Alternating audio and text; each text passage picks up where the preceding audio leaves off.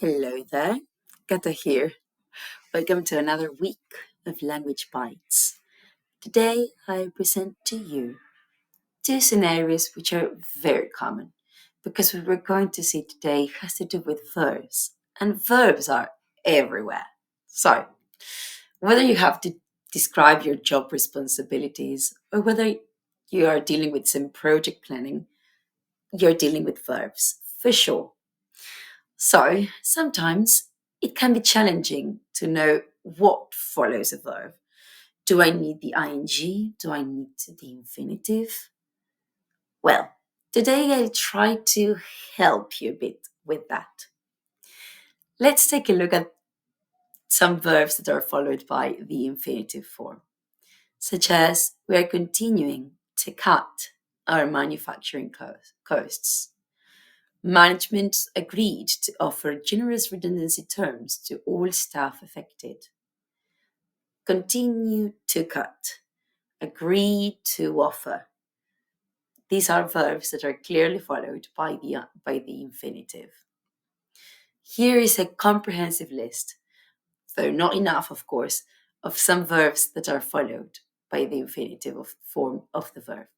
And they include intend, mean, want, seem, claim, attempt, try, pretend, fail, guarantee, promise, arrange, hope, wish, plan, offer, forget, and expect.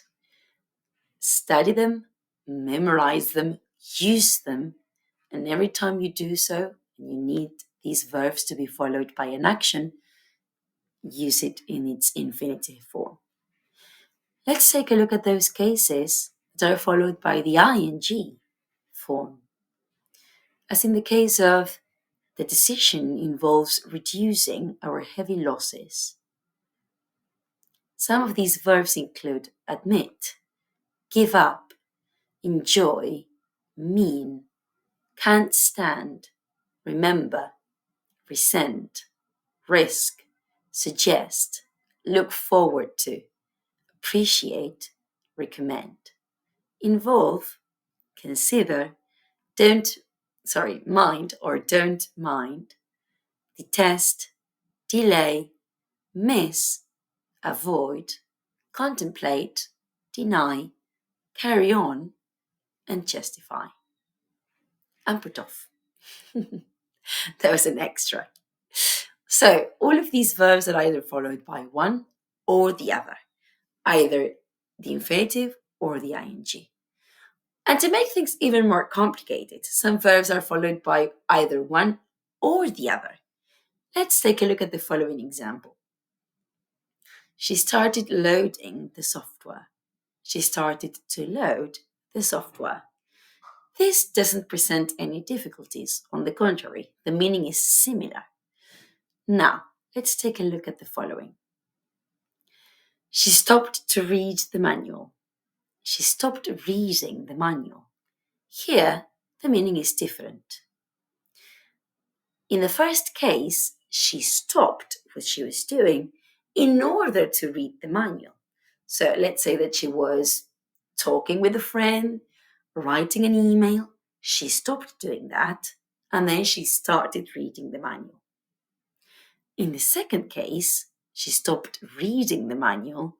It means that she was reading the manual, but she no longer bothered to read it, and she stopped doing that.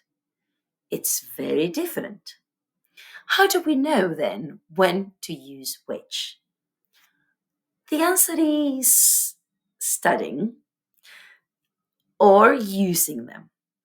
But, of course, taking the risk, but also trusting and using dictionaries.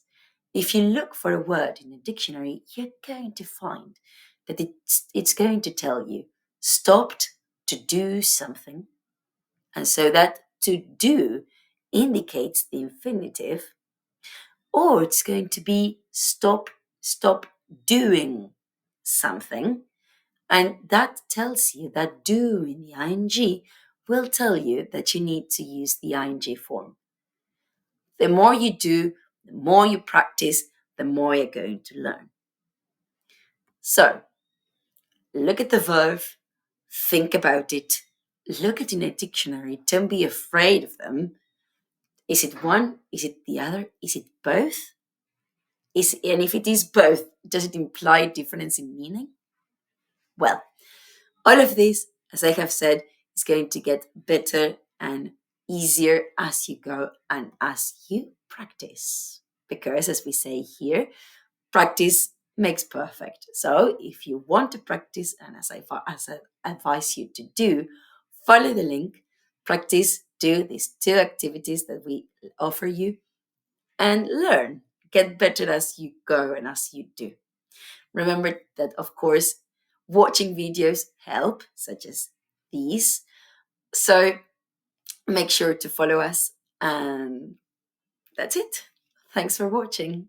Bye.